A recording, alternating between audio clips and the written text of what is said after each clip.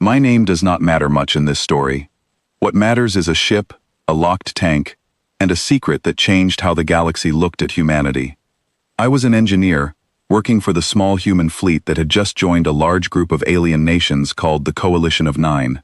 We were new. We were the smallest and weakest group in that meeting hall. Every other species had powerful ships, old alliances, and long histories. We had none of that. We were the newcomers, and everyone treated us that way. When the Coalition finished dividing the remains of a fallen alien empire called the Vantir, the strongest nations took the best ships, the richest resources, and the safest trade paths. Humanity was given something nobody else wanted, an old cargo ship, rusty, slow, and almost falling apart. The alien leader who handed it to us smiled in a strange way, as if she was holding back laughter. She called it a gift of goodwill. She called it a good starting point for a young species. But everyone in the room knew what it really was. It was the leftovers. It was the ship nobody else thought was worth keeping. I was chosen to check the ship before it was sent to be taken apart for scrap metal. This was normal work. Most old ships like this had nothing valuable left inside. My job was simple. Walk through every section, write notes, and mark anything worth saving.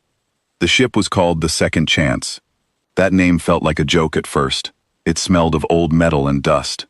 Wires hung loose from the ceiling. Lights flickered in the hallways. It looked like a ship that had given up on itself a long time ago. I moved through the engine section, checking each fuel tank one by one. The ship had 9 large tanks that once held fuel for long trips through space. 8 of them were completely empty. That was expected. Old ships like this were usually stripped of anything useful before being given away. But the 9th tank was different. It would not open. At first, I thought it was simply stuck, maybe rusted shut after years of no use. I tried the manual release. Nothing happened. I tried the emergency override. Still nothing.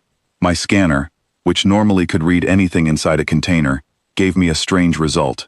It said the material inside was unknown. I had never seen that message before. I reported it to my supervisor, expecting a simple answer. He told me not to waste time on it. The ship was scrap. Nothing about it mattered anymore. My job was to focus on more useful parts of the ship, like the wiring or the frame, things that could be resold. He told me to move on. I almost did. But something about that tank stayed in my mind. I had studied old Vantir engineering as a hobby for many years, long before humans ever met other species. It was something I did for fun, not for work. And from what I knew, Vantir engineers never wasted effort on anything unimportant. They built exactly what was needed, nothing more. If they had sealed something this tightly, it meant something inside truly mattered to them. So, after my work shift ended, I stayed behind. I told no one. I brought an old decoding device I had built myself for studying alien texts, never expecting to actually use it on real hardware. For 3 nights, I worked alone in that quiet, half-broken ship, trying to understand a lock that was over 2,000 years old. It was slow and frustrating. Many times, I thought about giving up, but something inside me refused to stop trying. On the 3rd night, the lock finally responded. A soft, low humming sound filled the room, and the tank slowly opened. Inside was something I had never expected. It was not fuel. It was a strange, delicate structure that looked like frozen light, floating gently inside a special field. My scanner could not fully understand what it was seeing. Every reading it gave me kept changing, as if the object itself was confusing the machine. I did not touch it. I simply stared at it for a long time, trying to understand what I was looking at. The next morning, I called the one person I trusted enough to share this with. Her name was Amara. She was a scientist on our fleet, known for being extremely careful, extremely smart, and never one to jump to conclusions. She had also grown tired of watching other species treat humanity as unimportant, though she rarely said it out loud. When she saw my recordings, her expression changed completely. She asked me to send every detail I had collected. Then she asked me not to tell anyone else yet. It took her many days to understand what she was looking at. When she finally explained it to me, I could barely believe it.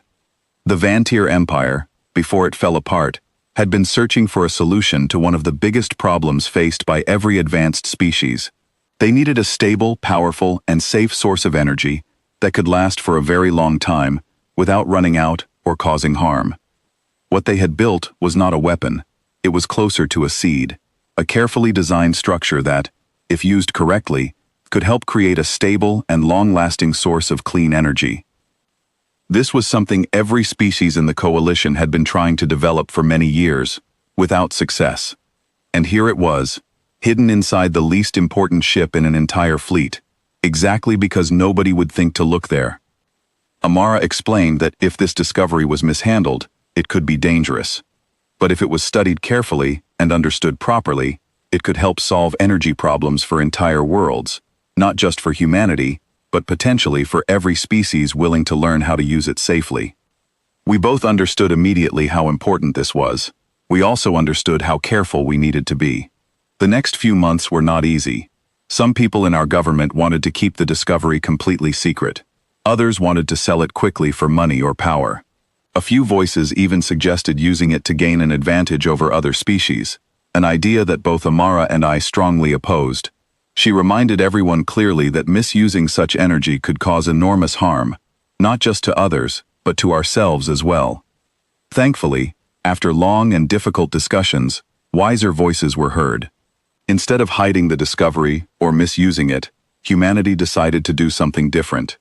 We decided to share it, but only in a way that was fair, careful, and respectful to everyone involved. When we finally announced our discovery to the Coalition of Nine, the reaction was one of shock. The very same nations that had given us a worthless ship were now facing the reality that something valuable had been sitting inside it the entire time, and none of them had noticed. We made it clear that we were not trying to threaten anyone. We were not trying to prove ourselves better than any other species. All we wanted was fairness. We offered to share the technology gradually, helping each species understand and use it safely, in exchange for something we had been denied since joining the coalition: real respect and an equal voice in decisions that affected all of us. Some species were hesitant, others were suspicious, but over time, most realized that humanity was not asking for control over anyone.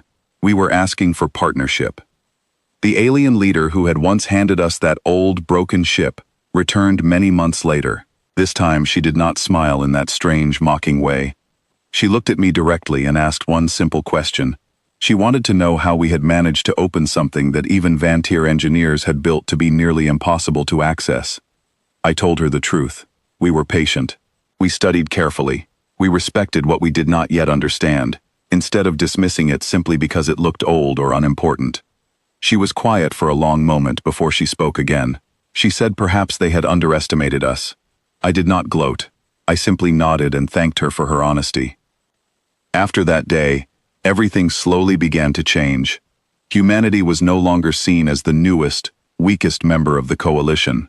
We were seen as a species capable of noticing what others had missed, and more importantly, capable of handling great responsibility wisely.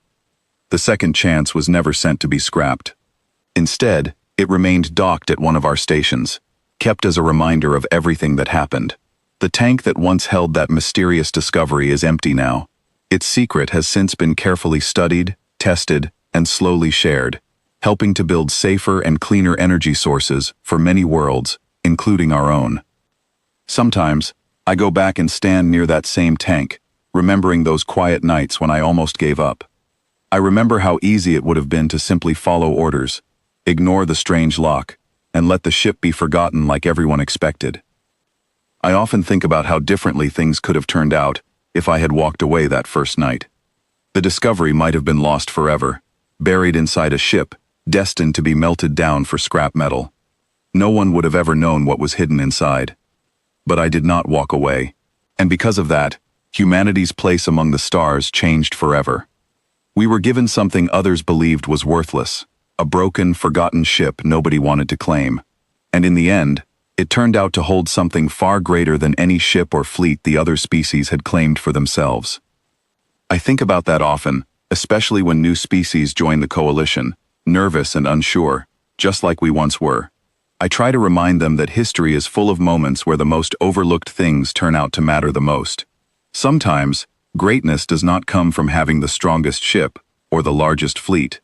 Sometimes, it comes from simply choosing to look closer, when everyone else has already decided something is not worth looking at. That lesson stayed with me long after that first discovery. It shaped how I approached every project afterward, no matter how small or unimportant it seemed at first glance. I learned to never assume something was truly worthless, simply because it appeared old, broken, or forgotten.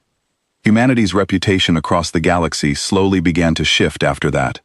We were no longer just the newcomers trying to prove ourselves.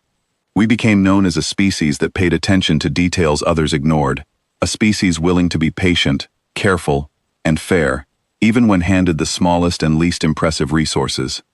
Other species began approaching us differently in meetings. There was more curiosity in their questions, more respect in how they listened to our ideas. It was a slow change, not something that happened overnight, but it was real, and it continued to grow stronger with each passing year. Looking back now, I realized that the true discovery was never just about the strange structure hidden inside that fuel tank. The real discovery was learning what humanity was capable of, when given even the smallest opportunity to prove its worth. We were handed an old, broken ship, meant to remind us of our place among stronger, more established species. Instead, it became the very thing that helped redefine our place among them. And every time I look at the second chance, sitting quietly in its dock, I am reminded that sometimes, the most important discoveries are not found in grand, obvious places. Sometimes, they are hidden quietly, waiting patiently, for someone willing to take a second look.